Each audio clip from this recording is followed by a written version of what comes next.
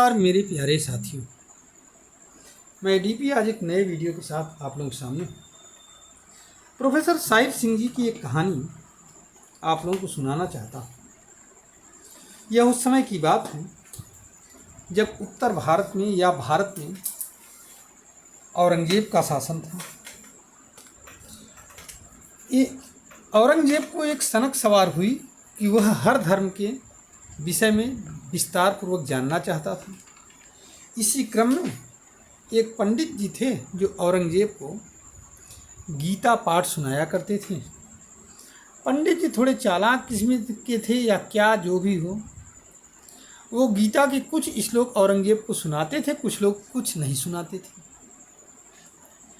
एक दिन पंडित जी बीमार पड़ गए तो उनका लड़का पहुंचा और उसने गीता के पूरे श्लोक सुना दिए औरंगजेब को और अर्थ भी बताया। जब इन बातों को सुना तो औरंगजेब का माथा ठनक गया। उसने कहा, जिस धर्म ग्रंथ में इतनी बढ़िया बढ़िया पुस्तकें, निश्चय ही वह धर्म सर्वश्रेष्ठ है, लेकिन वो इस्लाम से श्रेष्ठ किसी धर्म को मानने को तैयार ही नहीं था। इसलिए उसने आदेश दिया कि जितने हिंदू हैं उनको इस्लाम में कन्वर्ट कर दिया जाए, चाहे जैसे। अब तो उत्तर भारत में हिंदुओं के ऊपर इस्लाम का कहर टूट पड़ा। सबसे ज़्यादा बुरा हाल हुआ कश्मीर का। कश्मीर में शेर अफगान नामक एक मतलब कि इनका एक वो था कमांडर या सूबेदार, और वहीं कश्मीर का शासन देखता था। वो कुछ ज़्यादा ही इसमें लग गया और तलवार के दम पर या तो हिंदुओं को काट डालता था या मुस्लिम में कन्वर्ट कर देता था। कश्मीरी पंडितों का एक दल पंडित कृपाराम दत्त की अगुवाई में गुरु तेग बहादुर जी से मिलने गए आनंदपुर साहिब में।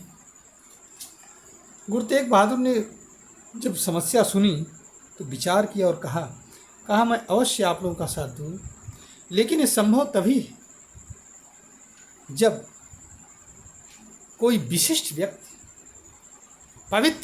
पवित्र आत्मा अपना बलिदान दे। वहीं पर गुरु गोविंद सिंह जी, जो इनके पुत्र हैं गुरु तेग बहादुर जी के, वो भी खड़े थे। बहुत छोटे थे। उन्होंने कहा, पिताजी आपसे ज़्यादा पवित्र व्यक्ति संसार में इस समय कौन है? तो गुरु तेग बहादुर जी ने कहा, ठीक है, अगर ऐसी बात है तो मैं अपना बलिदान दूंगा। ये थे तेग बहादुर जी, और आजकल उन्हीं का 400वां प्रकाश पर्व चल रहा है, हम लोग मना रहे हैं। हुआ ये कि गुरु हरगोविंद सिंह जी के पुत्र थे त्यागमल जी। इनके माता का नाम नानकी देवी था, बचपन का नाम त्यागमल था। तो त्यागमल जी बहुत बड़े कवि, घुड़सवार, तलवारबाज, महान विचारक, योगी, बहुत सारी गुण थे उनके अंदर। एक युद्ध में जब उन्होंने अपनी तलवारबाजी और घुड़सवारी की कला दिखाई अपने पिताजी को, तो पिताजी ने प्रसन्न होकर के उनका नाम त्यागमल से बदल करके तेग बहादुर कर दिया। 14 साल उस समय उनकी उम्र थी।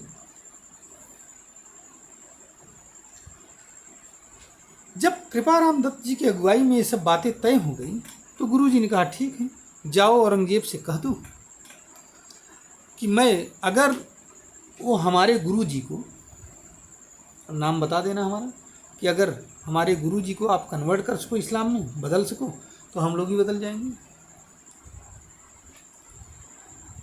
जब औरंगजेब को ये पता लगा तो उसने कहा अपने सैनिकों से, जाओ किसी भी तरीके से गुरु तेग बहादुर जी को ले आओ और उनको इस्लाम में कन्वर्ट करो। जब न्योता मिला इनको औरंगजेब से मिलने के लिए तो ये चल दिए, लेकिन दिल्ली में पहुंच करके इनको कैद कर लिया गया। इनके साथ इनके 5 शिष्य भी थे, मतीदास, भाई दयाला, भाई उदा, भाई गुरुदीता और भाई जैता। ये सब लोग थे। ये 5 शिष्य साथ में थे। पहले तो गुरुजी को काफ़ी प्रताड़ित किया गया, लेकिन जब वो तैयार नहीं हुए तो ये कहा गया कि इनके शिष्यों को प्रताड़ित करो, और उसी क्रम में भाई मतीदास को आरे से चीर दिया गया। दयाला जी को उबलते हुए पानी में डाल दिया गया और मर गए बेचारे, सब शहीद हो गए। गुरु जी टस से मस न हुए। औरंगजेब खींच गया, अंत में इनका सर कलम करने का आदेश दे दिया, और जहां गुरुद्वारा शीशगंज है आजकल दिल्ली में, वहीं पर इनके सर को धड़ से अलग कर दिया गया। इनके सिर को बाद में इनका शिष्य भाई जैता लेकर के आनंदपुर साहिब चला गया था, और धड़ बाद में 11 नवंबर 1675 को एक घटना घटी, और धड़ को लखी व्यापारी लेकर के रकाबगंज चला गया, और वहाँ उसने अपने घर में धड़ को रख करके उसमें आग लगा दिया।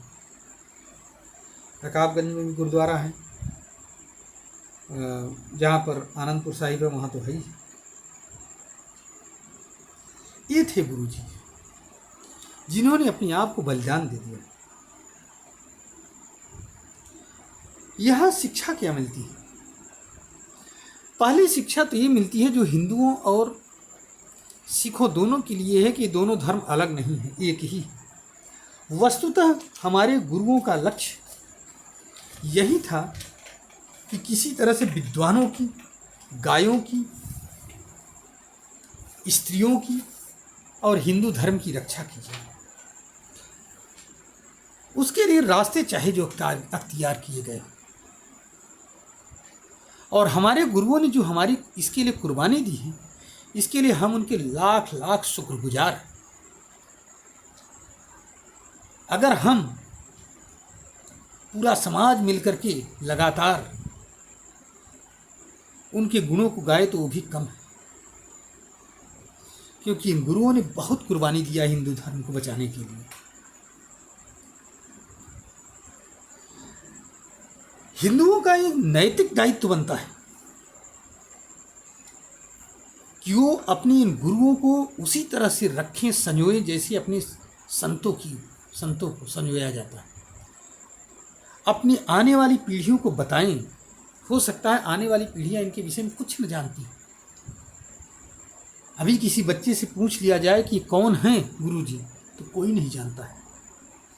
यह हम लोगों का परम कर्तव्य है कि हम आने वाली पीढ़ियों को इनके बलिदानों के विषय में बताएं, और जब तक पीढ़ियां नहीं जानेंगी उनको इनका महत्व नहीं पता लगेगा, और अंत में यही होगा कि हम आपस में ही